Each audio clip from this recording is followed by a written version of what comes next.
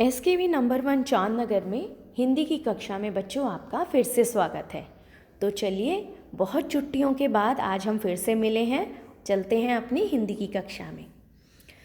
आज हम हिंदी की कक्षा में पढ़ेंगे कबीर की साखियाँ, जो हमने पिछले हफ्ते भी शुरू की थी। तो चलिए देखते हैं आगे कौन सी साखियाँ हमें पढ़नी हैं। आज है हमारा कार्यपत्रक 15। कबीरदास जी के बारे में हम पहले ही पढ़ चुके हैं कि उन्होंने हमें जीवन से जुड़े आचरण, व्यवहार, आदर्शों के बारे में बताया। और हमारी पाठ्य पुस्तक पाठ कबीर की साखियाँ से आज हम आगे की 2 साखियाँ पढ़ेंगे। तो चलते हैं, समझने की कोशिश करते हैं। पहली साखी देखिए। माला तो कर में फिरे, जी भी फिरे मुख माही, मनवा तो तसु दिसे फिरे, यह तो सुमरन नाही। इन पंक्तियों में कबीरदास जी कहते हैं कि भगवान का नाम जपने के लिए मनुष्य के हाथ में माला और मुंह में जीभ फिरती रहती है, लेकिन उसका मन इतना चंचल है कि सभी दिशाओं में घूमता रहता है, पर यह भगवान का नाम नहीं जपता। यदि भक्ति में मन ही नहीं लगा है तो हाथ में माला फेरना और जीभ द्वारा भगवान का नाम अब जपना व्यर्थ है।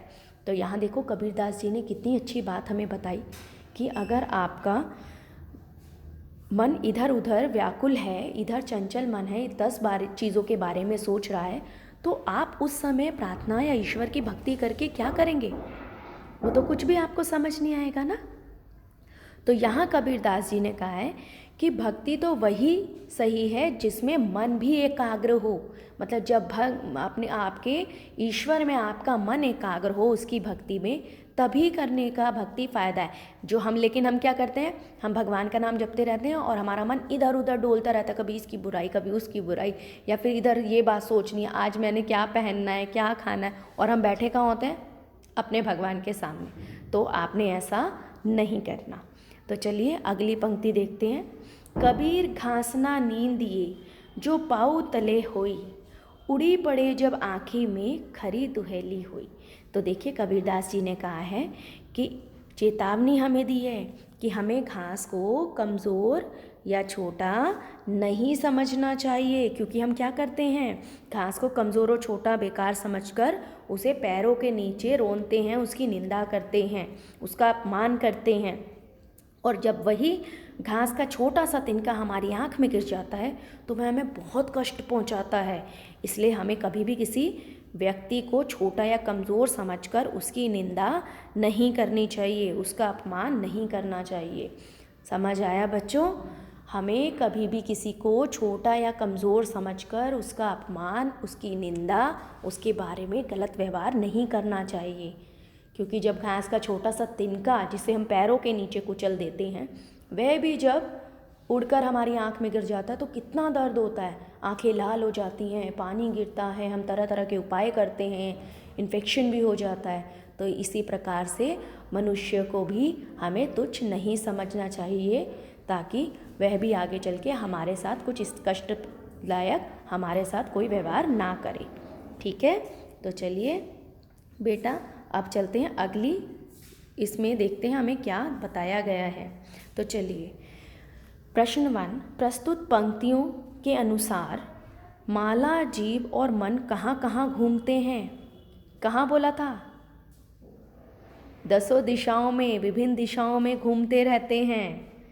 मनुष्य का मन इधर उधर क्यों घूमता है? क्योंकि मनुष्य का मन चंचल है, उसमें एकाग्रता की कमी है, इसलिए वह इधर उधर घूमता रहता है। कबीरदास जी घास की निंदा करने से क्यों मना करते हैं?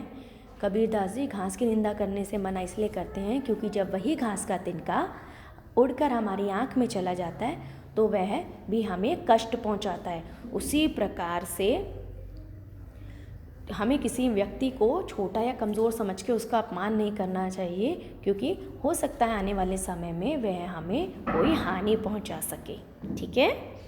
घास के माध्यम से उन्होंने समझाया ना। गतिविधि देखिए। नीचे दिए गए शब्दों का प्रयोग कर आप भी कोई एक दोहा या साखी लिखिए। तो देखिए, ये तो क्रिएटिव वर्क है। नाही, जीभ, आँखी, मनवा, पाँव, समझ आ रहा है ना? तो इनको सोचिए और कोई दोहा आप बनाने की कोशिश करिए जिससे कोई आचरण या व्यवहार का संदेश मिलता हो। ठीक है। और अब इसी के साथ हमारी हिंदी की कक्षा यहाँ पे समाप्त होती है। लेकिन 2 गज दूरी, मास्क है ज़रूरी, समय समय पर हाथ धोते रहें, अपना और अपने परिवार का और आसपास का लोगों का सफाई का ध्यान रखें, क्योंकि ये जो हमारी बीमारी है कोरोना, इससे सुरक्षा ही जो हम हमारी सुरक्षा हम जो चाह रहे हैं वह हमसे ही होकर जाएगी। हम कोरोना से अगर बचना चाहते हैं तो हमें समय समय पर हाथ धोना है, दूरी बनाकर रखनी है और मास्क पहनना है। चलिए बच्चों।